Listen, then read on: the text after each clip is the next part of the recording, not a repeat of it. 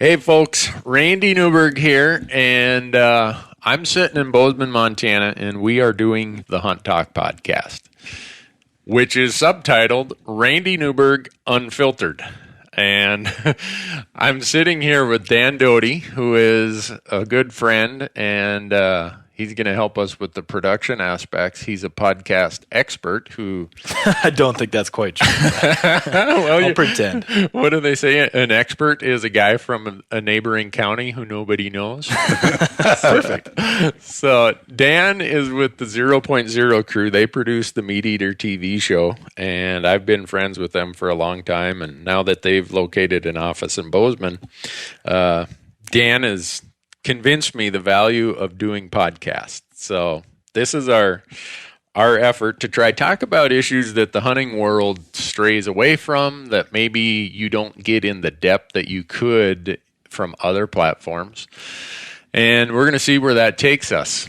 And then my other guest here today is someone you've seen on our Fresh Tracks and On Your Own Adventures TV shows. He's a good friend of mine. His name is Bernie Kuntz. And besides being a world famous hunter. Oh, yeah. Yeah. No, Bernie is one of those humble guys who I have a category of people, I call them the best hunters nobody knows about. And Bernie falls into that category, and he's very humble. But he's well-read, very educated, former Vietnam Marine who he knows I'm jealous of the 2 grand slams of sheep that are on his wall.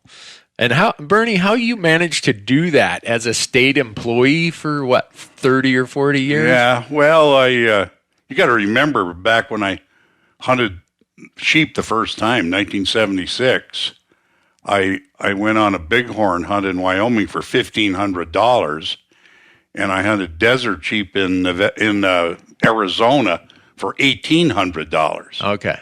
So there's a huge disparity in the cost then and now. Right. Of course, I wasn't making a lot of money either. Well, I was making $15,000 a year. But we hear that you state agency people are always so overpaid, Bernie. You were working for Wyoming Game and Fish at that time. Yeah, well, you used to make up my taxes. You know, the huge state paychecks I used to get.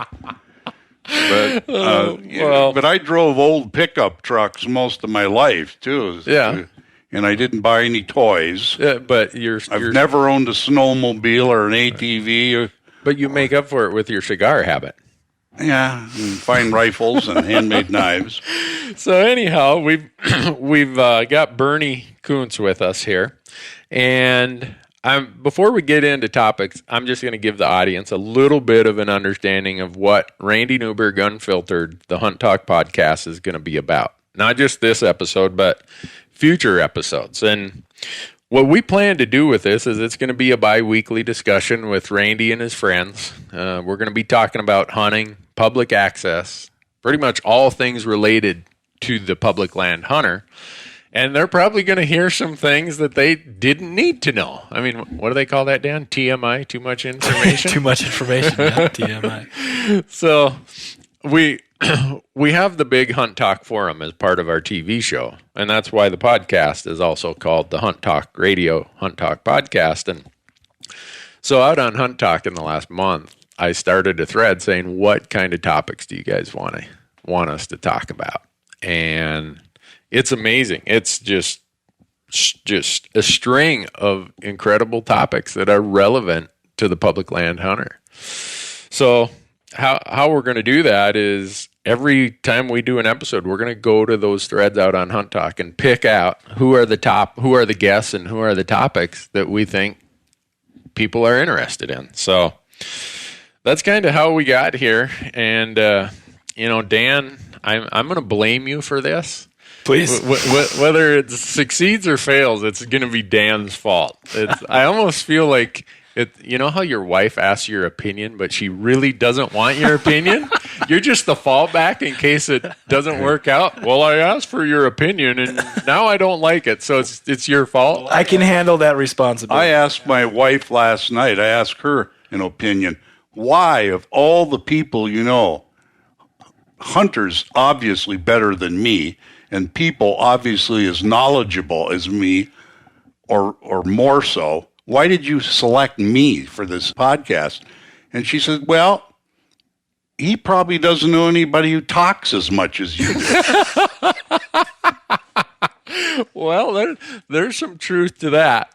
So how this podcast came to be is last May, Dan Doty from 0.0 and Giannis Putelis from 0.0, we'd thought about them 0.0 producing our Fresh Tracks TV show. So we said, we're going to go to Alaska and we're going to try shoot a pilot episode. And if you know anything about Southeast Alaska and black bear hunting, we hit one of those stretches where it rained 6 out of 7 days. Oh, yeah. It was brutal. And so we had a lot of time to talk about production issues and solve the world's problems as it relates to the sphere of hunting. And Dan's like, Randy, you are the guy who needs a podcast. And yeah, I thought so then, and I still think so now. I think, I think originally it was radio. Right. Just the idea that you should have a platform to talk, and I could see you being a great radio personality. But technology, what it is right now, and sort of the landscape, podcasts are really where it's at, honestly, in a lot of ways. And yeah, I'm excited, and I'll take the responsibility. If this is terrible, write me a letter, write me an email. I don't mind. It's fine. Well, you guys are doing the Meat Eater podcast with Steve Rinella. Yeah. And I listen to that a lot, and it's great stuff. I love the fact that in a podcast format, you don't have the confines of what we have on TV. When I'm producing Fresh Tracks, I've got 22 minutes, and I've got network production guidelines, just like you guys do. It feels confining, almost suffocating at times. It's like putting on a tight jacket. Yeah. Maybe you went to Thanksgiving and ate way too much food, and then you got to put your suit jacket on. It doesn't fit anymore. TV never really fits. My grandpa had a better analogy. Rest his soul. He said it's like fitting Dolly Parton in a training bra. So you wouldn't say that in TV, would you? Oh, I couldn't say that in TV. Exactly. I mean, I get thrown off the network for making such an analogy. Well, it's not an analogy. Using such commentary from my grandfather, but no, I'm excited because what I've seen you guys do with the Meat Eater podcast has really pushed some of these topics down the road further where they need to go. And Bernie and I have talked a lot about his hunting career, if you want to call it that. How old are you, Bernie? 66. 66. So what he has seen in his life of hunting compared to me at age 50, compared to you, Dan, in your early 30s, I mean, we're talking about some major, major changes that have happened. And a lot of it is in the media world of hunting, the technology side of hunting. And I think the advent of outdoor TV is some of that. The change of how magazines work, how hunters, I guess, consume media is a big part of that. So those are things that today we're going to talk about. And for those of you listening, you're going to find that there is no real path to podcasts. Is that correct, Dan? No, it's a very almost formless medium. You really can do whatever you'd like to do, which is wonderful. Yeah. For me, once we start on a topic, I don't want to feel the pressure that we got to move on to the next one to fit it in 22 minutes of content. Exactly. If Bernie wants to talk about the fact that he collects fine rifles and makes fun of the fact that mine all have synthetic stock, I want to sit here and have that debate. Because I go to his house and I see this row of wonderful, beautiful looking rifles, and there's no way I'd take one of those out in the places I go. Because I'd be replacing stocks on that fine walnut and that checkering. I'd be replacing stocks every week. But to me, that's just an indication of the maybe generational differences. I think it is too. I'm astonished today that 40 years ago, if I went out hunting with several other guys, usually they would comment on the stock. Well, who did the checkering? What kind of wood is that? And today, the young hunters have got a synthetic stock, and they don't even notice my rifle. Yeah. But it's for my enjoyment, not theirs. So right.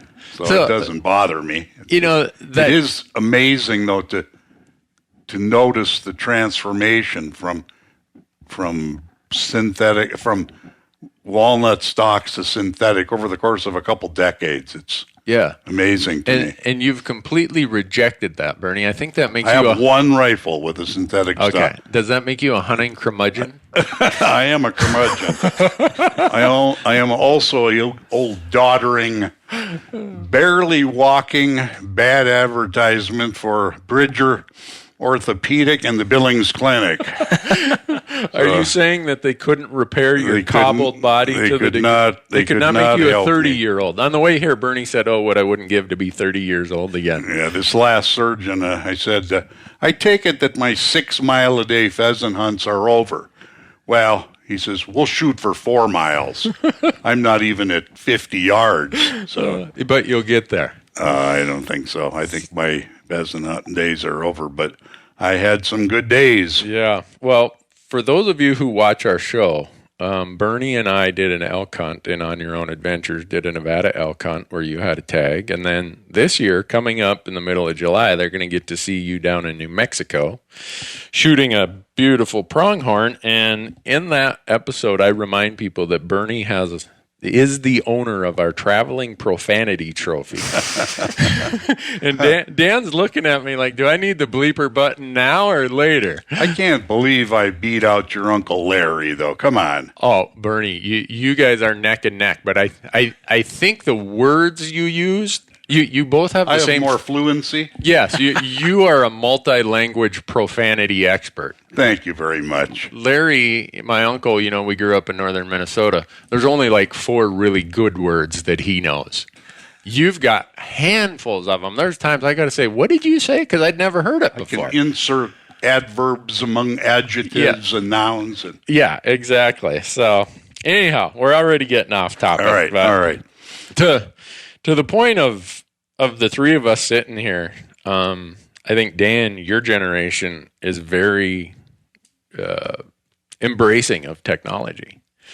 My generation, we're kind of trying to stay there, but we're kind of almost on the coattails of Bernie's generation, who, for them, it's like, I want my wolves, I want my old pack boot, and I want my 4-power rifle scope. Bingo.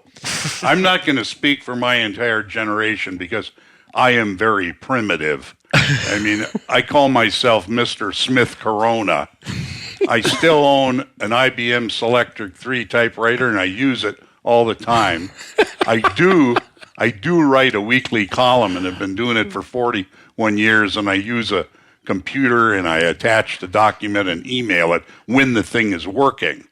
But my IBM Selectric 3, on, off. On, off. Yeah. No crashing. Well, that fits your style, bro. Yeah, it does. That's why you're at peace with yourself. Yeah. And I don't wear pack boots. I wear whatever. Yeah. What do you wear? I wear Russells. They look like an old moccasin. Yeah, right there. Is it a logging boot, sort of? Yeah, that's a mountain hunting boot. Yeah. I shot my last 4 rams wearing these boots. Huh. Well, that right there, Dan's barefoot, and I'm wearing a pair of Merrill mocks. So right there shows you the generational differences that you're going to hear about in this podcast. But so getting back to the technology thing, Bernie, we talk about this a lot, you and I. And I'm guilty as charged. I mean, the other day I was at your house and I was mounting a scope for you. And you said, Randy, I don't need any of that turret crap on my scope. Just bring me an old 3x9 with a standard everything. And you couldn't find one. All right. I couldn't get you one. And so I look at that and say, all right, what does technology have on what's its impact on hunting opportunity, hunting success rates? I mean, I don't think we can deny that as we embrace technology collectively, that it has an impact on success rates. Well, I think that's for certain. When I started hunting,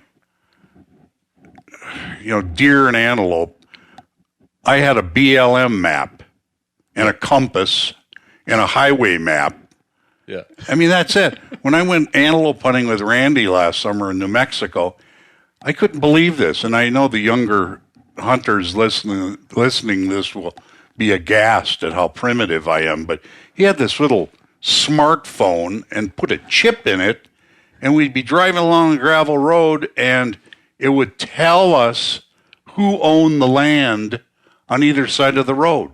BLM, private. Yeah. Unbelievable. Unbelievable. Yeah. I like that sort of stuff. I would never buy it myself at my age, but and then the GPS. I have no idea how to. There was a guy that used to work for FWP, and I used to work check stations with him. He was retired from the Forest Service and just worked the check stations to kill some time. And he taught people how to use GPS. Uh-huh. One time he said, well, show me how to use this GPS. I lost him 45 seconds into the instruction. I mean, jeez. So what time frame, when did you start hunting and what year was it, Ruff? Just to get kind of a I exact. tagged along with my dad when I was 6 years old. That was 1955. I got my first .22 when I was 9 years old. That's 1958. Got my first shotgun when I was 10, 59. Got my first high-powered rifle in 1961 when I was 12. First real shotgun, a 16 gauge, when I was 13. And it was, that was typical for a North Dakota farm kid like you, wasn't it? I was a railroad kid. Okay. Railroader's son. I would say, I had a lot of friends who hunted, but my dad bought me more guns than anybody I knew. He bought me a German-made Mark V 7mm Weatherby when I was 16. You're spoiled. And I still have the rifle. It's on its second barrel. Yeah, I was kind of spoiled, but then when I got out of the house, I started accumulating my own collection. And You were the equivalent of your day whose parent bought their 16-year-old a BMW. Right? No. Today, if someone buys their kid a 16-year-old a really fancy car, we all say, oh, you're going to spoil them. Bernie's dad's buying them fine German rifles at that age. I didn't even own a car till I was early 20s. Well, society was probably better off because of that. That's probably true. But anyhow, I want to start getting into the idea of when hunters, and like I said, I'm guilty as charged. Leupold makes this CDS, custom dial system, for their scopes that once you get it calibrated for your loads and everything else, you just take the rangefinder and click, and it says, okay, 330 yards. You spin the dial to 330, and you hold dead on. That is one of those how did I live without it kind of awarenesses for me that I encountered 3 or 4 years ago. And earlier, Bernie, you made reference of these GPS map chips. They're made by a company called Onyx Maps over here in Missoula, Montana. And that has probably revolutionized my approach to hunting and where I hunt and where I apply for tags more than anything. So here I am. I'm about ready to engage in this discussion about technology.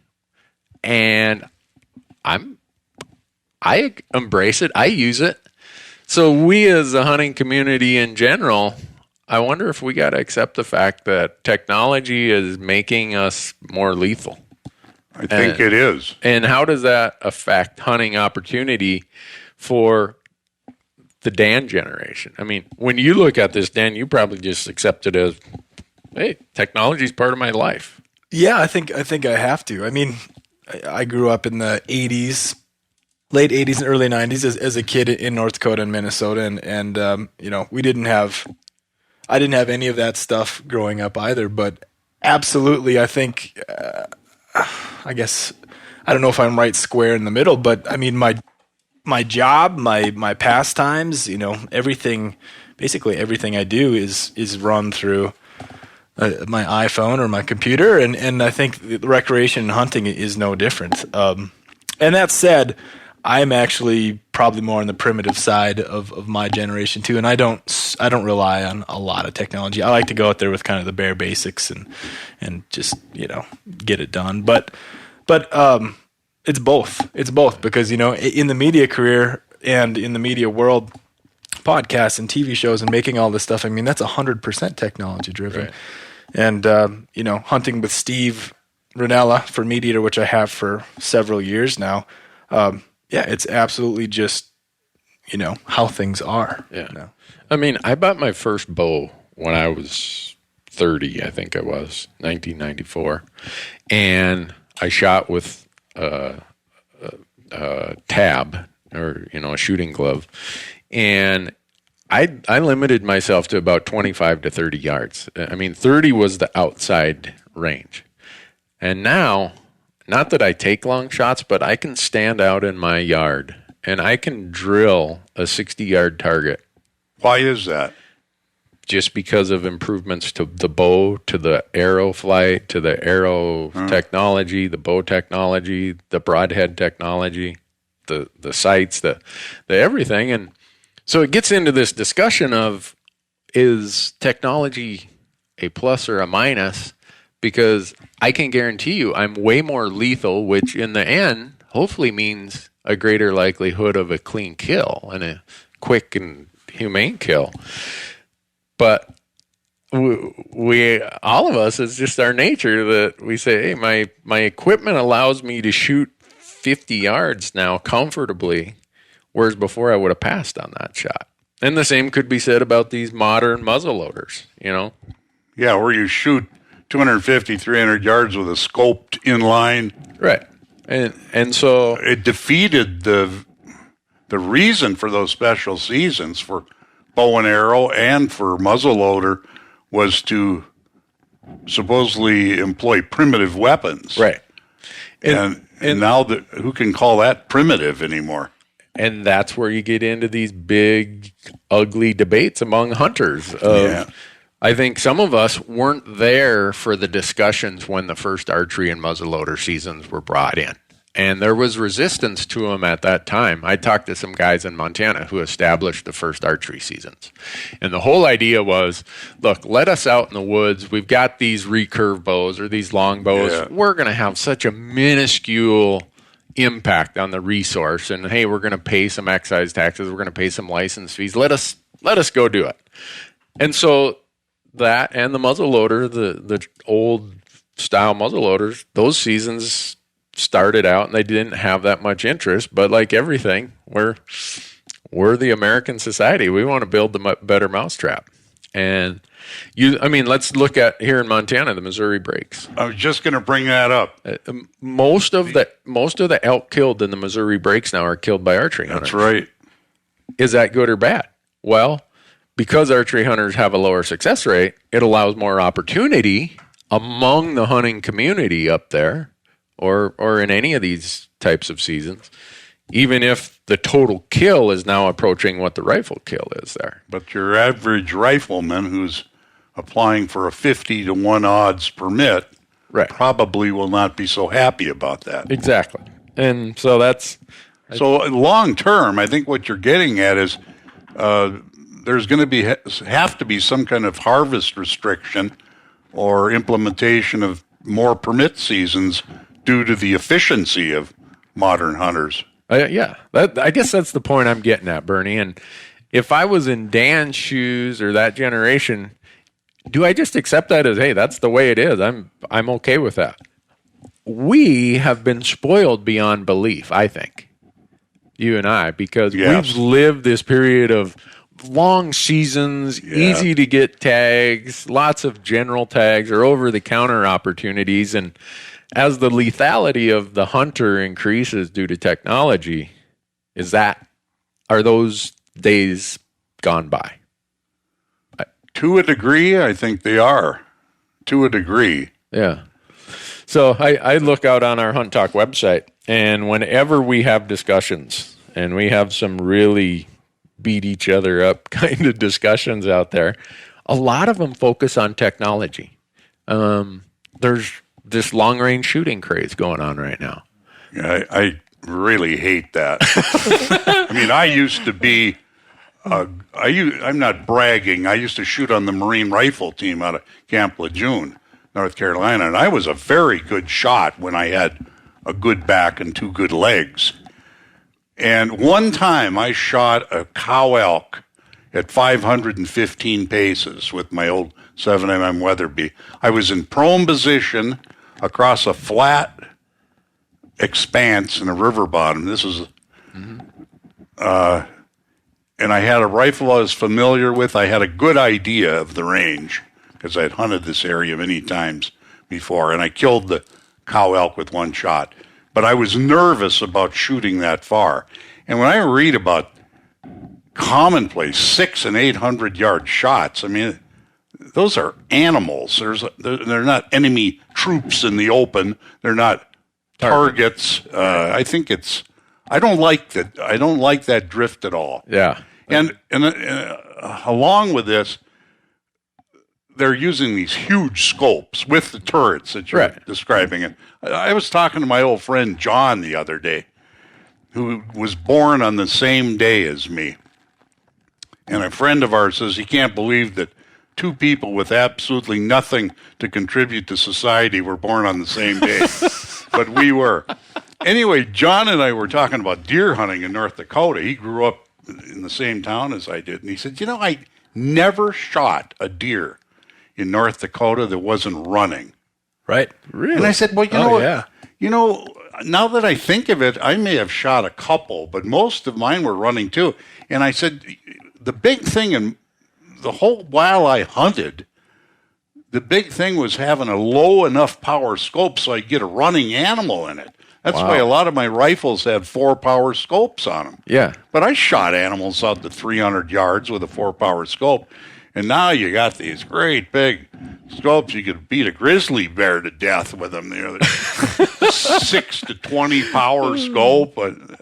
Well, and so there's kind of this discussion in what were supposed to be primitive weapons, but technology is pervasive in the normal rifle hunting that probably the majority of listeners participate in. And to that point of those scopes and that technology that you're talking about, Bernie, I read the discussions out on Hunt Talk and I follow them, and we've got some guys out there that are amazing shots. They're engineers. They've got the ballistics down to absolute. I mean, it's incredible when you go out to the range and watch how accurate they can be.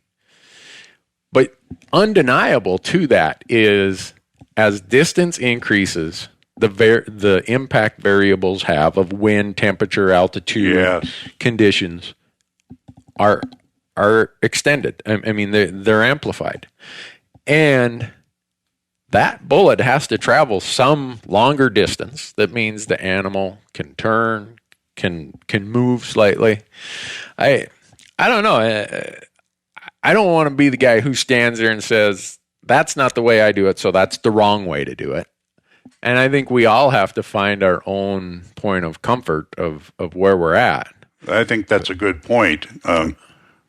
But like you said, these aren't targets. These are animals. That's right. And if I'm not 90% sure that I can make the shot, I won't take the shot. I mean, I remember there in Nevada that time when we saw those bulls running. And I think I could have rolled one of those, but I think it was a 50-50 chance. Right, and you passed. Yeah, and I would have felt terrible if I would have blew the leg off of one of those and never recovered it. Right. That's what really is in the back of my mind all the time when I'm hunting big game. Do you think that was when you were young too? Yes. Oh, your whole I lost a deer one time in southwestern North Dakota, and I was very upset about that, and I vowed I would do my best never to have it happen again. Well, I lost other deer over the decades, but my kill ratio is. So for me, it's talking like the idea of technology being more lethal. Just one little story about a wounded or lost deer makes part of me say, bring on the technology and make it as lethal as possible, because otherwise. Well, that's a good point. Like those rangefinders. I've never owned a rangefinder in my life, but that will tell you that the animal is 425 yards rather than 300, as you may have guessed. But this increased technology will allow ambitious people to shoot farther and farther and farther. And where do you draw the line? And I think that's where the arguments start is where do you draw the line? And we as human people, I mean, we're human beings, we have a tendency to say, well, as long as it's reducing how some other person hunts and not my method of hunting, I'm okay with that. That's just the human nature of how we are. And I think one of the things that gets lost in that discussion is we in the hunting community have our own arguments and debates, but there's also people watching us from the outside. Yes, indeed. And when you turn on a TV show and somebody is at 650 yards from an elk, and I saw this on an episode, the guy says, well, my personal best is 730. I'm going to move back to 800. Oh, no. Yeah. How it's almost like someone, you're getting merit badges for how far away you can get, which is completely counterintuitive to me. Me too. I want to get as close as I can. Yes. And so when you start seeing that, and I understand that it's because these people are trying to sell their product because it's shows based on long-range hunting or long-range shooting or whatever. I just think it's so disrespectful to that animal. Exactly. I agree. It's so disrespectful. I think that is one of the most destructive things to hunting that you could conceive of, is to have a non-hunter. I'm offended as a hunter when I see stuff like that. Yeah. I can't imagine what a non-hunter would feel. Yeah, and so Dan and I produce enough TV that we know what creative editing can do. Oh, yeah. And when we start deciding we're going to move back further and back further just to demonstrate our marksmanship, that starts entering into this world where the viewer knows that what they are seeing on TV may not necessarily be how it unfolded in the field. Yeah. And I know I'm going to get hammered for saying this, but I don't know if I think the technology can be expressed and promoted in a positive way. But when I start seeing these shows bragging about how far away we were instead of how close we could get, I don't know. It's a hard one for me. Just like I saw when I said that, Bernie, I saw you almost rise up out of your chair. Like we're going to have to scrape you off the ceiling. But then to hear Dan, 30 years younger than you, say the same thing, to me, that's disrespectful to hunting and the animal. Recently, there's a Meat Eater podcast just a couple weeks ago that the major topic was optics, technology, and long-range shooting came into it. And that was one point that kind of got broken out, was that at that point it's shooting. It's not really hunting. Yes. And I think that's a good way to separate it. And I would rather that shooting not be at living, breathing animals. By the way, I shot my very first sheep, a Rocky Mountain Bighorn in Wyoming, at 25 yards. I shot my biggest caribou in Alaska at 35 yards. Yeah. Well, I and again, this is where I struggle. I think we as a community struggle. We as individuals struggle about where is that comfort zone. And I don't think Randy's comfort zone is someone else's comfort zone. But I do think we all, most anyhow, would agree that as hunters and who we are and our fit in society, our responsibility to the animals and to each other, getting as close as we can, whatever distance that is better than saying, oh, that's fine, I can lob one in from here. And that could apply with rifles. It could apply with a bow, a muzzleloader, or whatever. So I always like to believe that if I can hit a paper plate at a given distance, then I'm, like 8 times out of 10. Yeah. Then I'm justified in making a shot at that distance. And my range has shrunk appreciably with my age. I am very limited anymore. 25, 30 years ago, I would have taken a shot that I'd pass up today. Yeah. In a minute. And that's interesting you say that. Is that age? Age and infirmity, seriously, infirmity. It's like being a baseball player and your legs don't work right. You're not going to be a very good hitter. Yeah. And when your legs don't work right, it affects your shooting too. Yeah. So I realize my limitations, and I'm not going to exceed them anymore. Well, I think part of the technology spread in hunting is reflective of society as a whole. I think we like to look at our community and say we're different than society as a whole. But I don't know that we really are. I mean, thank God Al Gore invented the internet, right? I mean, especially for Luddites like Bernie. I know you're. That's a good word for me, Luddite. But the point being, and I look at the Hunt Talk forum, and the amount of good information that gets spread on our forum. And I get these comments from guys all the time. Randy, thanks for having this forum. Man, I'm learning a lot. And that's helpful. I mean, I think it is too. No longer do we have to sit around the campfire to distribute information about whether it's technology or hunting tactics or ideas or political issues. Or you get a once in a monthly magazine. Right. Which is the way it was 50, 60 years ago. Yep. And I loved magazines. I made my living working for a magazine in Wyoming. Right. But yeah, that is a huge advancement in communications. And I think, I don't know, you guys would maybe differ, but I think the internet, like all facets of society, have changed hunting in a huge, huge way. I mean, when I first started applying for tags throughout the West, it was in 1993. And I was probably the only guy I knew who was dumb enough to send their money to Colorado and Arizona and Nevada and have to argue with my wife about why we were short on the budget that month because I just, sent it all to some other state.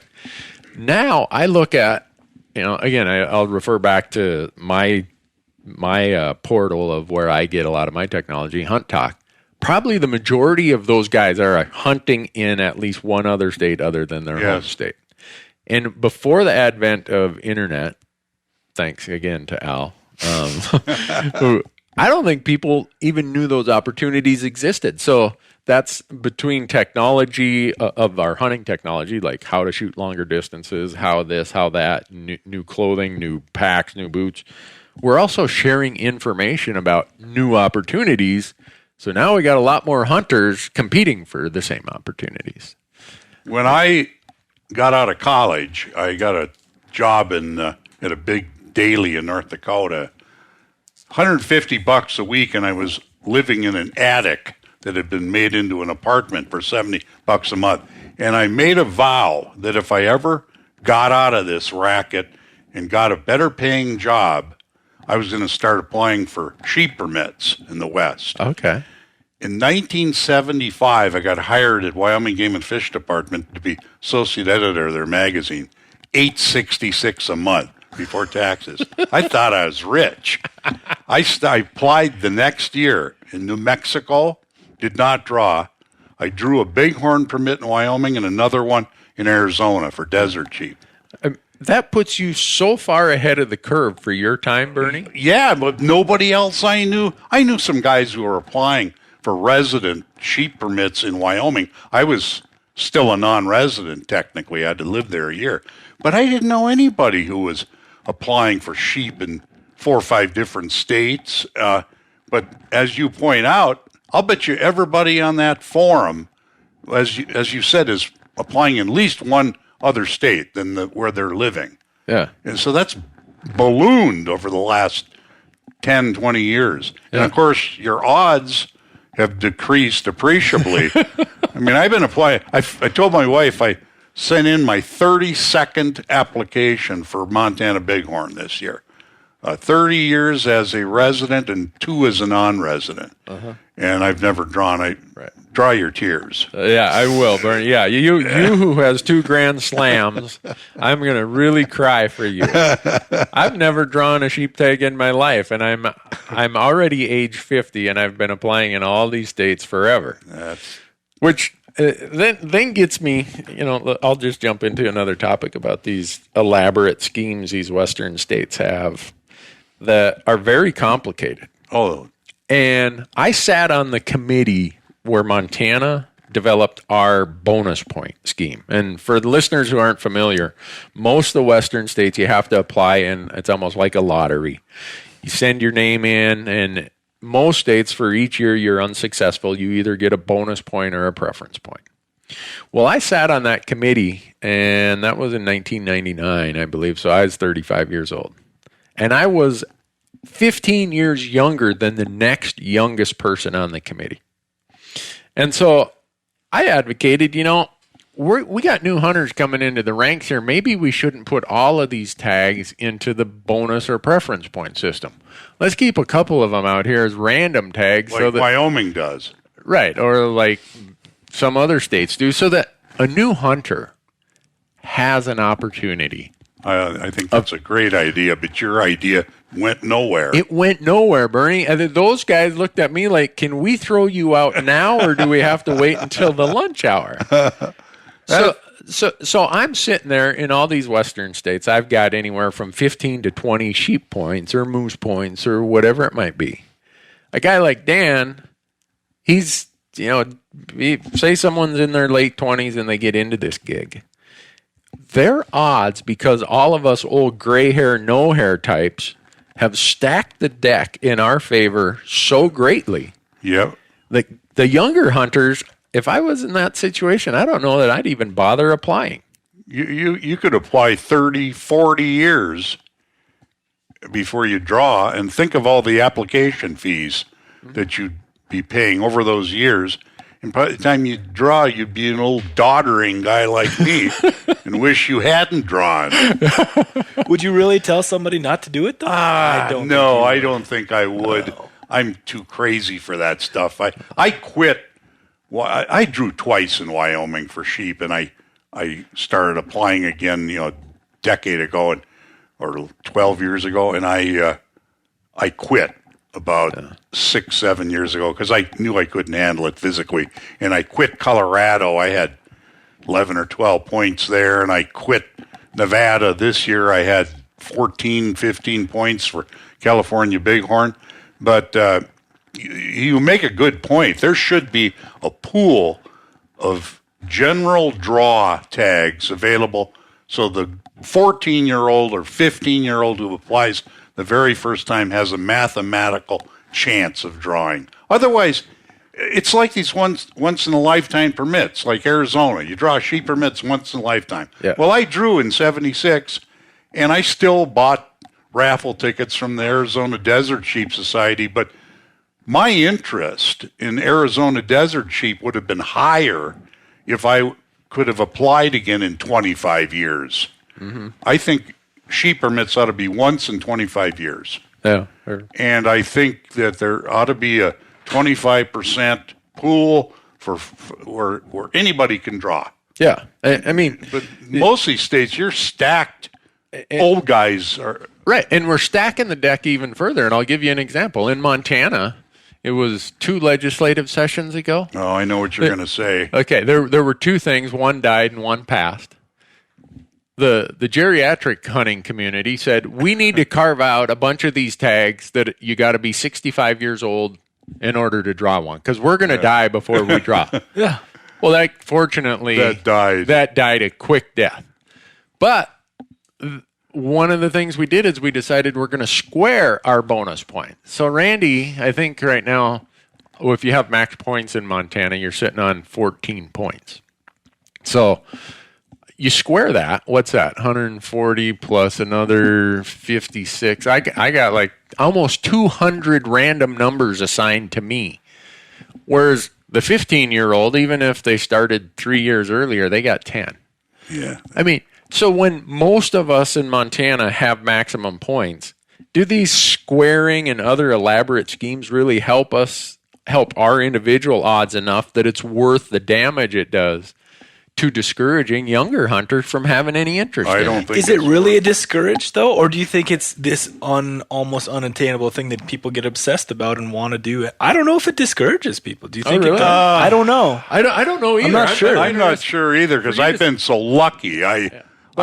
For you to say that, Dan, is I'm like, I sat up in my chair. I'm like, really? You don't find it discouraging? Well, I don't know. It depends. I see most of the folks that really take it seriously and are applying for points, I mean, it's a pretty obsessive type personality, It is.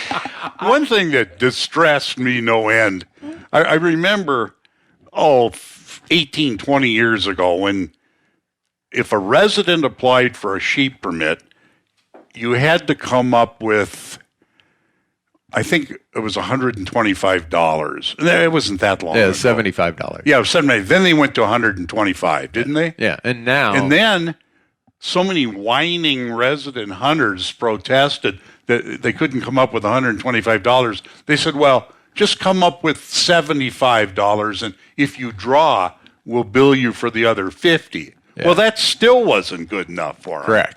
So now we have a $10 non-refundable application fee. So everybody's grandma and grandkids and nephew and niece get into the draw, and it's further made the odds worse. Right. Oh, for sure. And it's crazy. I mean, we're sitting here doing this in early June, and pretty much every Western state has completed their drawings, with a few exceptions. And it's this time of year where people are screaming and yelling, I didn't draw, it's been 14 years.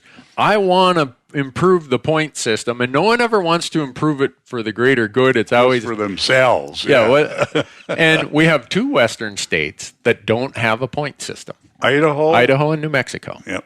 And so if you are the guy who just new to the game, you can apply in those states, and you have the same odds as me who've been applying there for over 20 years. Yeah. And I often wonder, is that better for hunting? I think it is. I do too. And I mean, we've created these elaborate schemes that have built cottage industries around it. I can quickly list off a half dozen companies that will do your Western tag applications for you. And so as the odds get worse and worse and worse because everybody else is jumping in, then it creates this pressures of, we need to find a way to make it better for me. I want my odds better. So when you say that, Dan, that you don't know that it's discouraging, I'm glad to hear that, because if I was in your shoes, I would feel discouraged. I'd be like, gosh, I don't know. I mean, and I have a different perspective that, a lot of my intense hunting experience has been through the Meat Eater show and has been the last couple of years. And I don't know, it just those things feel like very special apex, sort of ultimate hunt type things. And I don't know, I don't feel like everybody needs to, it's a small population of animals. It's pretty special. And I mean, no, I get it. I'm sure a lot of people feel discouraged, and I get that. But I don't know. I also personally would just as easily like to go up to Alaska and hunt doll sheep, or, I don't know. I don't have the crazy like bighorn bug or sheep bug like that. And my sort of, through the show and everything, I've just been on incredible hunts everywhere. Anyway, consider yourself fortunate to not be afflicted. Right. Well, it's interesting that you say that, Dan. That's very comforting for me. But one of the things that we've seen, and it kind of ties back to technology, is, and we kind of been throwing sheep out there because it's kind of a pinnacle type thing, a rare experience, but a lot of the Western states have had to go to limited entry draw for the common species. I mean, Colorado had to go to a limited entry draw for mule deer. I think most people could have never envisioned Colorado being on a draw for mule deer at one point in their life. But because of demand, because of huge non-resident interest, because of development habitat and smaller herds, all of a sudden, even some of our common hunting experiences are now, you have to apply in the lottery, in the West anyhow. And to loop it back in, because of media and because of what we're doing right now and your website, I mean, the word is out. Yes. I mean, everybody can have that information right there. Yeah. And I think there's also, along with technology, comes a sort of a interesting idea of people feeling like they are entitled. I think there's a tie between entitlement and technology. And so I think that's a thing with the sheep hunt too, or any kind of draw. I don't know. I don't think everybody necessarily needs, or you're not going to get every hunt you want. You're not going to get everything you want. So I remember probably 20 years ago when there were a bunch of statewide deer harvest hearings. Mm-hmm. And the proposal to the hunting public was, do you want to hunt every year, or do you want to put in for permits and have bigger bucks in a lot of these hunting districts? Yeah. And the overwhelming attitude from the public was they want to hunt every year. Right. But right shortly after that, the state of Montana did get some limited entry deer units for mule deer. But you've got, that's called management, though. Exactly. When you're looking at Colorado, if you get 250,000 hunters, you've got to have some limitation, or you wouldn't be a responsible manager. Especially when the hunter in the field is now well more equipped, both in his education and his technology, to be way more lethal. So I think we as the hunting community have to accept that our habits are putting us further down the path of more limited entry permits. Yes. And as we have more limited entry permits, the elaborate schemes these states have come up with deserve a little more scrutiny of are they a plus or a minus? Which then gets us to the next topic that this one's going to piss off a lot of people one way or the other. Because right now, when people don't draw in the West, the number one thing you read about is, well, these animals live on federal land. I should have as much right as a non-resident as you do as a resident. Mm. And it's hard not to have a heated discussion about it, because we're talking about hunting opportunity here, and people take it pretty serious. But the common question, as I kind of phrased it that way, of, well, why should you in Montana have more opportunity for those elk than I do if they live on the Gallatin National Forest? And there's a reason why. There's a historical reason, a very good reason why it is, and how in this country, there's no connection to who owns the land to the deer or the elk that stands on that land.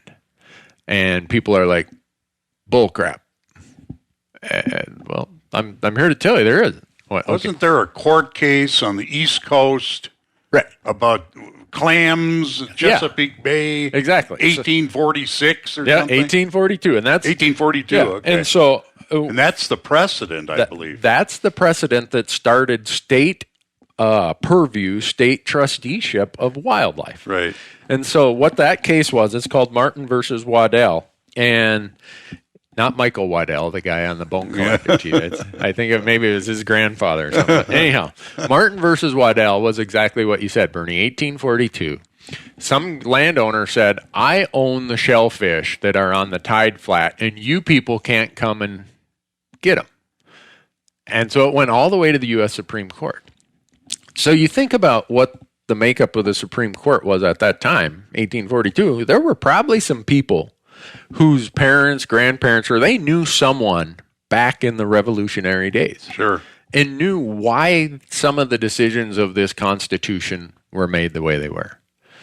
And one of the things the courts looked at is that when this country was founded, any right not granted to the federal government was retained by the state under the 10th Amendment of the Constitution. And so for this landowner to come forward and say, under the 5th Amendment, which defines property rights under the Constitution, I own those, the court said, wait a second here, we're going to look at this. And really what they said is, you might have been granted that by the King of England, but when we fought this Revolutionary War, those rights were severed. And oh, by the way, people came to this country from Europe to get away from their religious persecutions, their taxation without representation, all kinds of things. And if they wanted the king to still own the deer, they would have granted that to the kings, i.e. the landowners, as part of the colonies. Right. Instead, the court said, no. The states, you're going to hold this wildlife wherever it moves in whatever form it's in. You're going to hold it in trust for the citizens of your state. And now the colonists don't have to worry about getting hanged for killing the king's deer anymore. So none of us can go back and put ourselves in those shoes. But to me, it comes as no surprise that these colonists would say, we are not going to grant the rights in wildlife to others, because they came from a place where you got your arms chopped off, you had to give away your second born because you shot a rabbit over on the king's grounds. And so people are like, well, what does that have to do with anything, Randy? Well, since that case in 1842, the Supreme Court has said that the states will hold wildlife as a public trust asset. In other words, the state is the trustee to manage for their citizens of that state, no matter where it lives. And the public trust doctrine goes back to Roman times, and it's commonly used for assets that are hard to own or hard to acquire and that are transient. It's most commonly used in water law, or often used in water law. How do you own the Pacific Ocean? How do you own the Mississippi River? So, because it's transient and hard to own, just like wildlife. So what I'm getting at here is when someone makes the case that because you're a quasi-owner of federal lands by virtue of being a U.S. citizen, that somehow that entitles you to hunting opportunity. The courts in the United States have said there's no connection between land ownership and hunting opportunity. Zero. None. And I sympathize with these people because I'm a non-resident in 49 other states. That's right. And they say, oh, you live in Montana, that's why you promote it the way it is. It's not that at all. But, man, you talk about some knockdown drag-outs. Yeah. And I can sympathize with them. It irritated me for decades that as a U.S. citizen, I couldn't hunt Dall sheep, grizzly bear, coastal brown bear, or mountain goats in Alaska, even though I'm a U.S. citizen. I had to move there to do it. You couldn't hunt them without an outfitter. Without hiring an outfitter. Right. Without an outfitter. Right. And so I eventually moved there for a few years. But in order to do that, that was one reason. Yeah. But it is frustrating for somebody living in Massachusetts who wants to hunt the wilderness in Wyoming and right. And you know, from that has come laws, just like you say, Bernie. Wyoming wilderness. We as non-residents cannot hunt the wilderness areas of Wyoming without cutthroat fishing. You can go backpacking. You can go berry picking, but you can't hunt anything in the wilderness areas in Wyoming without having an outfitter. Right. Huh. Makes no sense. Yeah. I think it's the only state in the lower 48 that has that restriction. It is the only state. So we look at the Absaroka Beartooth Wilderness area. Most of it's in Montana. But some of it's in Wyoming. So if I have my Montana tag, I'm fine. But if I had a Wyoming tag in an adjacent unit, I'm screwed if I cross over into that state. So I understand the frustration that people have with this. And the point I'm trying to make here, and it's a long-winded thing, we have this demand for hunting. All the technology, you know, my Hunt Talk forum's a contributor to it. My TV show, Fresh Tracks, is a contributor to it, is increasing the demand for the hunting opportunity. And as we do that, we are going to have to face these, I guess, symptoms of that people express of, I want to come and hunt more. I live in Wisconsin. I live in Virginia. I want to come out west and hunt more. I understand that, but the courts say, you know what? The states don't have to share any of it with you. So I've adopted the theory that, hey, if Nevada wants to allocate 10% of their tags, New Mexico 6%, that's 10% or 6% more than they're required to under the law. So that's a good point. Is the glass completely empty or is it partly full? So and this is a topic we're going to get into in future podcasts in a big, big way. And the reason being is we have this movement afoot, and I'm not going to go into it here, but it's about disposing of the federal public lands or transferring them to the states. Yes. I mean, Oh, Bernie's over here like, oh my gosh, what a harebrained scheme. I can see it. And Dan, you and I have talked about this a lot of what that would mean to hunting in America. But the point is, how do you tell the guy in Wisconsin, hey, I want you to stand up and protect our interest in these federal public lands because you own part of them? And he says, well, you guys, you charge me 30 times more to come and hunt, and you only let me hunt every 14 years. I'm sorry, I'm busy today. I mean, we who live in the West and are advocates for these public lands have to figure out where that balance is. Yeah, we have some huge expectations of those non-residents. Right.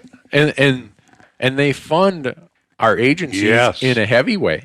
Very much so. And we have legislatures in the West or ballot initiatives in the West that are just laying the leather to these guys. I mean, look, what happened in Montana when the ballot initiative increased our fee to non-residents significantly? We went from having all of our tags on a drawing and selling out every year, where your odds... Didn't we have like 20% left over one year? Yeah. So now, because of the huge fee increase, we got leftover tags. Yeah. Idaho increased their fee even before their legislature increased it before we did in Montana. And Idaho's never sold out their tags since then. So I think, and we're going to get into these topics going forward, and I'm hoping people will show up on the Hunt Talk forum and give us more thoughts and ideas on this. But when we have this much demand and we have different interests, different laws, different court cases about how we're going to allocate a scarce opportunity, we're not all going to sit around the campfire, hold hands, and sing Kumbaya and say, yeah, we're all on the same page. So with what we've just talked about, I'm sure I'm going to get a bunch of emails saying, Randy, you know, good SOB. And I got Bernie sitting over here laughing at me, looking at me saying, hey, I've lived the good old days of hunting. And that's going to get me to the last question, because we're going to have to wrap this up. But I'd be interested, Bernie and Dan, of your thoughts about, one, have we lived the good old days, or are the good old days still, are we in the good old days today? Are they behind us, or are they ahead of us? And do you see hunting being better or worse 20 years from now? I'll start with you, Bernie. You're on the spot. That's a tough question. I saw some really good old days in North Dakota when I was growing up. Duck hunting 10, 15 miles from home. Pheasant hunting 30 miles, 40 miles from home. Posted land was rare when I was a kid. When you say posted, you mean a no trespassing? No trespassing. In North Dakota, everything is open, private land, unless it's posted. Right. Unlike Montana, which I think is a terrible situation. Came about 20 years ago, as I remember. But I remember when deer hunting was wide open in the western part of the state, and it was tough to find a buck bigger than a 3x3. Now it's permits only, and probably better hunting. I don't know. I haven't hunted out there in years. I remember my father going out to western Montana in the late 50s and all during the 60s while I was gnashing my teeth and going to school and wanting to go along. And he probably had a 25% success rate hunting elk. And after I got into my career and everything, and Dad started coming hunting with me, he died 3.5 years ago. He was almost 94, by the way, my father, Jake. But we usually, one of the two of us got an elk. Yeah. And so the elk hunting has really improved in the last 50 years. Okay. Mule deer numbers are down almost everywhere. Are we? So do you? I think we still are in the good old days. And look at the harvest percentages that we have in Montana, for example, and Wyoming for deer, elk, antelope. They're still high. Yeah. It's tougher to get access than it was 50 years ago. But when you look at trophy quality, I mean, there are all kinds of animals entered in the record books in the last 15 years, 10 years. So it's not like the quality of game is being usurped. Yeah. Looking to the future, oh boy, that's difficult for me. Human overpopulation is a threat. This land transfer is a threat. Legislation, anti-hunting legislation is a threat. I see a lot of obstacles on the horizon. Yeah. That's my opinion. Okay. Dan, are we in the good old days or are they yet to come? I think for some people, it's definitely the good old days. I think, for myself, growing up in similar area you did, I duck hunted all the time anywhere I wanted and grouse hunted in Minnesota where you grew up. And we didn't have a whole lot of deer opportunity in Minnesota. We hunted these tiny little pieces of public land and we're full of orange-covered guys, and it wasn't very fun, honestly. I was much more into the bird hunting just because there's a lot more opportunity. Yeah. But, after 4 years on the road with Steve, and I mean, I think I have a skewed perspective a little bit, but man, I sure don't see any real issues with me getting all the hunting and outdoor activity that I want every direction right now. I don't feel limited. And yet I'm not your thinking about hunting 300 days a year, other than for my job here. I think that, for certain species like turkeys and things like now is probably the good old days for turkeys. There's turkeys everywhere. There's opportunity everywhere. I think it's the good old days in a lot of ways, maybe partly because of the technology. It might be the beginning of the good days for people who maybe are interested in hunting or haven't grown up in a hunting. I think there's more opportunity to begin hunting. I think there's more of an awareness of hunting for food reasons and for other conservation reasons. I feel like there's new voices on the landscape, yourself and Steve, and sort of this sort of a whole movement of food-based hunting. And I think that it's definitely probably a different good old days than 30, 50 years ago for sure than, my grandpa or my dad were younger. I think it's a very different place. And then in some ways it's not. I mean, I can go buy an over-the-counter ticket or tag in Montana and hunt elk and deer. And I mean, I just bought all my tags for this fall. And I have more hunting opportunity at my disposal this year, having just moved to Montana, than I ever have in my entire life. It seems amazing. And 20 years down the road, who knows? I think that we're engaged in really putting out a sort of new brand of media and talk and discussion about hunting. I think these podcasts and our respective TV shows go a long way in really, I don't know necessarily recruiting, but really just kind of changing the tone and the conversation of hunting in America. And that's really important to me, that we're able to, put out a really positive image of hunters and the outdoor lifestyle, being connected to the land, showing hunting as a very viable lifestyle that has a lot to do with your family, has a lot to do with your culture. I think that's very great, but then again, I've learned a lot about the political situation from you, and who knows? Yeah. I don't know. I'm just hoping that our sort of societal impact as far as the message of hunting goes somewhere. So in 20 years, people really understand that there's a really positive slant to hunting in America, and I think that's possible. I mean, I'm optimistic about that, but I think it's possible. Yeah, I see that as one of the big changes, probably just in the last 10 years, has been an acceptance of hunting among a food community that I never would have expected. What is the word? Locavore? Locavore. Yeah. I applaud it. I mean, if we can get anybody to approve hunting by wanting to eat wild game, it's wonderful. Yeah. That scares some people, though, Bernie. There's some of the old stream establishment in hunting who that's discomforting to them. Oh, gee. So, is it just because of the recruitment, and we may have way more hunters on the scene? Is that why, or is it something else? I think it's mostly that they're younger and they have a different approach, and they look at the world through a different lens than someone 30 or 40 years older. And as they become the spokespeople and the voice of hunting and the identity of hunting. There's some who are like, oh, man, that's a bunch. Look at that bunch of Birkenstock wearing granola hill. Well, I can recognize them for that, but that doesn't intimidate me at all. Well, that's good to hear. I mean, for me, the good old days are today. I grew up in northern Minnesota, and I remember when I was 8 years old, they had a harsh winter, and they closed deer season in Minnesota. Wow. Because deer were scarce to start with. We still had wolves there. They never were extirpated from northern Minnesota. And then a harsh winter knocked them down.